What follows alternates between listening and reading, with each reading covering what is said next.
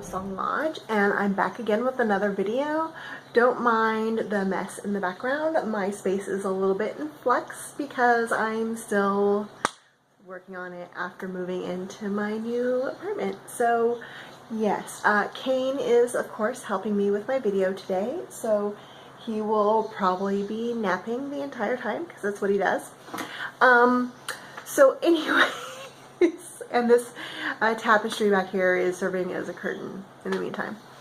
Anyways, so today I wanted to talk, there have been a lot of questions in the communities that I'm in lately about grounding and how to do it and what it's useful for. And so I thought I'd talk a little bit more about that today because I know there's not really a lot of discussion about why grounding works, why we do it, why we suggest it, and what exactly is the mechanic that's happening there. So let's talk about that today. Also, right at the beginning of this video, my friends keep telling me that I need to remember to ask you guys to like and subscribe. So like this video if you find my videos useful and if you like this one in particular, and subscribe to my channel if you want to support me and hear about my new videos when they come out. So let's get into grounding, okay? So one of the first skills I learned as a kid, like when I was 5 or 6 or something, was grounding and centering. And those are terms that you hear a lot in the witchy and spiritual community, but nobody really explains what that's about. They explain how to do it, but they don't explain what we're doing and why we're doing it. So today we're talking about grounding, so let's talk about grounding. Normally when they're talking about grounding, they're talking about how it helps you get rid of like excess energy, it helps calm anxiety, it allows you to focus, it makes you more emotionally stable, it helps keep other people's emotional and mental states from knocking you off balance and all those other really good things, which is awesome and helpful. And a lot of us, especially those of us who are sensitive or empaths or clairvoyants, really benefit from that kind of help and assistance. But what grounding really is as living beings, so like us and Kane over here and plants and stuff, we're all made up of a mix of the different elements: earth, air, water, and fire, right? Like the 4 elements. And each of those elements gives us, has like domain over certain qualities and activities that we do. And so fire tends to house our ambitions and our motivations and our energy, like our feeling of being energetic. If you don't have enough fire in your system, you tend to feel very tired and lethargic and unmotivated, and you're not very passionate about things. Water hosts our emotional state and our intuition. So if you're feeling really emotional, or if you're feeling really moody, if you're just like wrapped up in your emotions all the time, or if you're feeling really detached and you're not emotionally moved by anything, that's a water issue. Air tends to have domain over our mental thoughts, our ability to plan, our intellect, our thinking processes, strategize, those things that are like mental processes and plannings, our rational minds, our logicking, our planning processes, our ability to remember things, that kind of computational computer-like processes that our brains do. That's our conscious mind, and it's when we take on like deliberate functioning of thinking. And then earth has domain over our physical body. That's our physical part of our existence.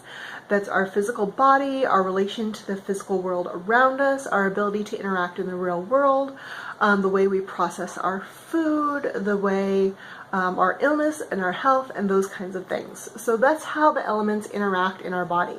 So we have the 3 of those elements that kind of primarily work on a less visible aspect of our natures: our mind, our emotions, our energy levels, and one that interacts primarily in our physical being that you can actually see, and that is earth. Now grounding allows us to reconnect with that earth element. That's basically what it does. And what happens is when you're ungrounded, you're all up in your air and water and fire, or one of those primarily, and you've disconnected from that earth element. So you'll find that you do a lot of things where you run into physical objects a lot more, or you can't keep track of your sleep schedule, or you can't figure out if you're hungry or tired, or you forget to eat altogether, or you're eating all of the things, and or you can't figure out what it is you want to eat, but you kind of think you might be hungry, or you start getting sick, but you're not actually having an illness, like you feel tired and lethargic, and you kind of have a scratchy throat, but you're not really having a head cold, like those kinds of things. Like it's a malfunction of the physical. And so when you find those things happening, it's a really good sign that you're not grounded. You've lost touch with physical reality. And so when you ground your energy again, you bring yourself out of that realm of like the air and the water and the fire, and you bring yourself back into the physical world where you can be in touch with physical reality again, which is super important because that's kind of where we're incarnated right now, is in physical reality. So we lose touch with physical reality, we become very unbalanced, and we're not able to function properly. Now, the ideal state is that we're in balance in all those elements. We want an equal distribution of our attention and energies between all four elements. We want to give equal attention to air, water, fire, and earth. Because of the way our society is structured, we're all up in our brains most of the time. So we normally have an overabundance of air and fire. And then sometimes water will get in there and kind of like take over. And that's when we get emotionally carried away by things, or we become like stone cold distant from everyone and we just can't emotionally connect. That's another issue that people have a lot, that emotional regulation. But we have to remember to have that physical connection, because if we disconnect from our physical bodies, all sorts of things go wrong. Like, this is the machine we live in, so we have to take care of it, and this is the physical reality that we're in, so we better keep tabs on it. So that's why when things are going haywire, a lot of times people will recommend grounding. That's just reestablishing your connection to physical reality and your physical body. And it's kind of your home base, so it's kind of good to touch in real quick and make sure you know what's going on in the physical, and then from there you can rebalance your air, water, and fire and make sure those guys are in balance as well. And once you're in balance, it's much easier to take on the world and kind of handle what you need to on a day-to-day basis. So there's a lot of different ways to ground. My favorite way is to go out and visit my favorite tree, or any tree that happens to be handy, because let's face it, they're all my favorites. That is the easiest way to do it, in my opinion, because it doesn't take any ability to concentrate. When I'm ungrounded, my ability to concentrate is like nil. And so my ability to do it just by directing my energy is not going to be the greatest. So I really, really, really like techniques that allow me to just like do something with my body and then let the environment take over. And just sitting or hugging a tree, or just laying on the ground in the dirt or the grass, is a really great way to get grounded again. Just like, hello earth, do the thing, balance me out again. If that isn't an option at the moment, I will carry a black stone. You guys, I'm sure, have heard me say a million times that black stones are my favorite, because I really, really, that's what I went to as a young child a lot.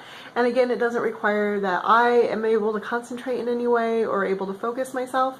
You just grab a black stone and carry that around until your energy comes back into alignment with where it's supposed to be. Now, if those aren't going to work for you, you can of course do it manually, which is where you take your energy and you ground yourself by using your mental abilities to do so. And the most popular way to do this is to, you kind of go into a meditation. It doesn't have to be a deep meditation, it doesn't have to be a long one, but you kind of center your energy, and then you envision your energy coming back to you. That's centering. It's another exercise that's highly recommended. And then you allow that energy to branch out through your core, down through the bottom of your feet, or out your root chakra and into the ground as if they were tree roots.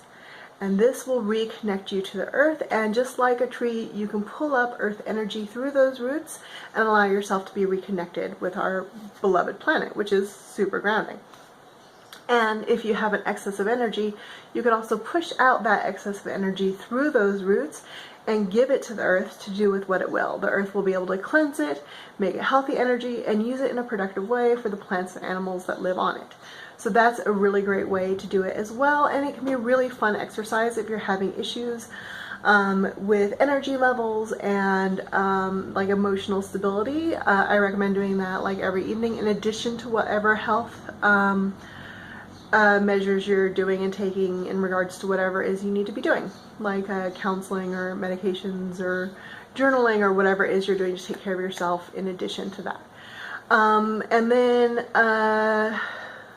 there's, you know, other visualizations you can do as well, but those are my 3 favorites really. So that is basically what grounding is about. Very few people have an issue where they have to unground. As human beings, and like I said, the way society is and our emphasis on thinking and ideas and planning and doing mental tasks all the time and emotional labors all the time, we really have an issue with coming ungrounded and becoming detached from our physical body. It's why our society right now has such a health focus and a mental health focus on doing physical activities, getting out, doing things in the real world, doing exercise, doing things with your physical body to get reconnected with it, because that is actually a grounding activity as well. Dancing or running or swimming or doing exercises that focus on your physical body help you to ground. Like doing things that allow you to experience your physical vessel help you to ground in that energy. So that's what grounding is. That's why we do it, and that's why it's so helpful for so many of us. I hope you have found this video helpful. Again, if you did, hit the like button, subscribe to my channel, and if you have any questions, please just let me know. This is Nathara at Crowsong Lodge. I'll talk to you guys later. Bye.